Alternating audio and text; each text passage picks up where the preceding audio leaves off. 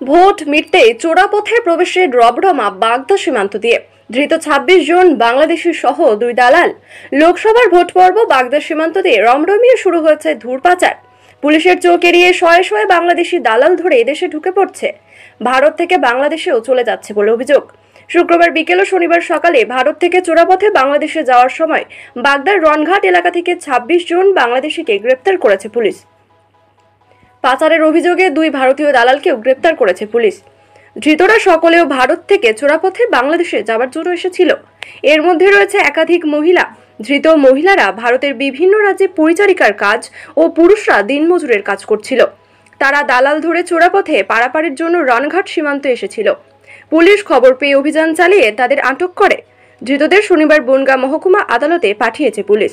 বিচারক প্রত্যেককে 14 দিনের জেল হেফাজতের নির্দেশ দিয়েছেন। গতকাল 28 জন বাংলাদেশি নাগরিক যারা without any valid documents or passport তারা বাগদা থানা এলাকা দিয়ে ভারতে ঢোকার চেষ্টা করেছিল এবং ভারতে যখন ঢুকেছে তখন বর্ডার সিকিউরিটি ফোর্স তাদের গ্রেপ্তার করে এবং তাদের কাছে কাগজপত্র চাইতে গেলে তারা ইন্ডিয়ান কোনো ঢোকার কোনো পারমিশন দেখাতে পারেনি কিংবা কোনো বৈধ কাগজপত্র তাদের কাছে ছিল না। সেই পরিপ্রেক্ষিতে তারা 28 জনকে গ্রেপ্তার করে বাগদা থানার পুলিশের কাছে হ্যান্ডওভার করে এবং বাগদা থানার পুলিশ তাদেরকে রিঅ্যারেস্ট করে এবং 28 জনকে বনগাঁ এসিজেএম আদালতে আজকে প্রেরণ করে এবং যাদের বিরুদ্ধে 14 ফরেনার্স অ্যাক্টে মামলা রুজু হয় এবং সেই পরিপ্রেক্ষিতে লানেট এসিজেএম কোর্ট তাদেরকে 14 দিনের জেল হেফাজতের নির্দেশ দিয়েছেন। নামটা সমীর দাস।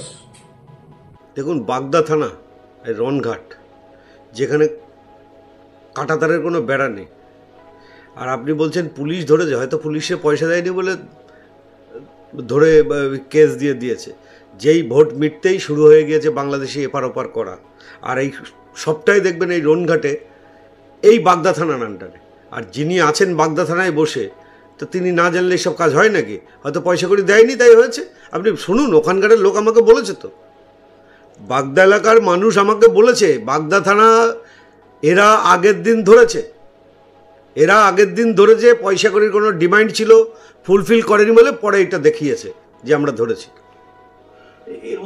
এই 28 জন যে বাংলাদেশি, এরা চোরাপথে ভারতবর্ষে এসেছিল এবং গুজরাট সহ ভারতবর্ষের বিভিন্ন রাজ্যে এরা শ্রমিক বা কেউ পরিচারিকার কাজ করত এবং তারা আজকে সংঘবদ্ধভাবে আবার চোরাপথে বাংলাদেশে ফিরে যাওয়ার একটা উদ্যোগ নিয়েছিল। সেখানে পশ্চিমবঙ্গ পুলিশ এবং আমাদের বাগদা থানার বড়বাবুর নেতৃত্বে রনঘাট অঞ্চল থেকে তাদেরকে গ্রেপ্তার করে। আসলে এরা চোরাপথে যখন আসছে তখন বিএসএফের সহযোগিতায় আসছে এবং ভারতবর্ষের বিভিন্ন রাজ্যে এরা ছড়িয়ে পড়ছে। তখন বিএসএফ এদেরকে আসার জন্য সহযোগিতা করছে, আর রাজ্য পুলিশ তার সক্রিয়তা নিয়ে এদেরকে গ্রেপ্তার করছে। এইটা বিরোধী দল তারা দেখতে পাচ্ছে না। তারা মানে রাজ্য সরকারকে হেয় প্রতিপন্ন করবার জন্য এই সমস্ত অপপ্রচার এবং তৃণমূল কংগ্রেসকে হেয় প্রতিপন্ন করবার জন্য এই সমস্ত অপপ্রচার করছে।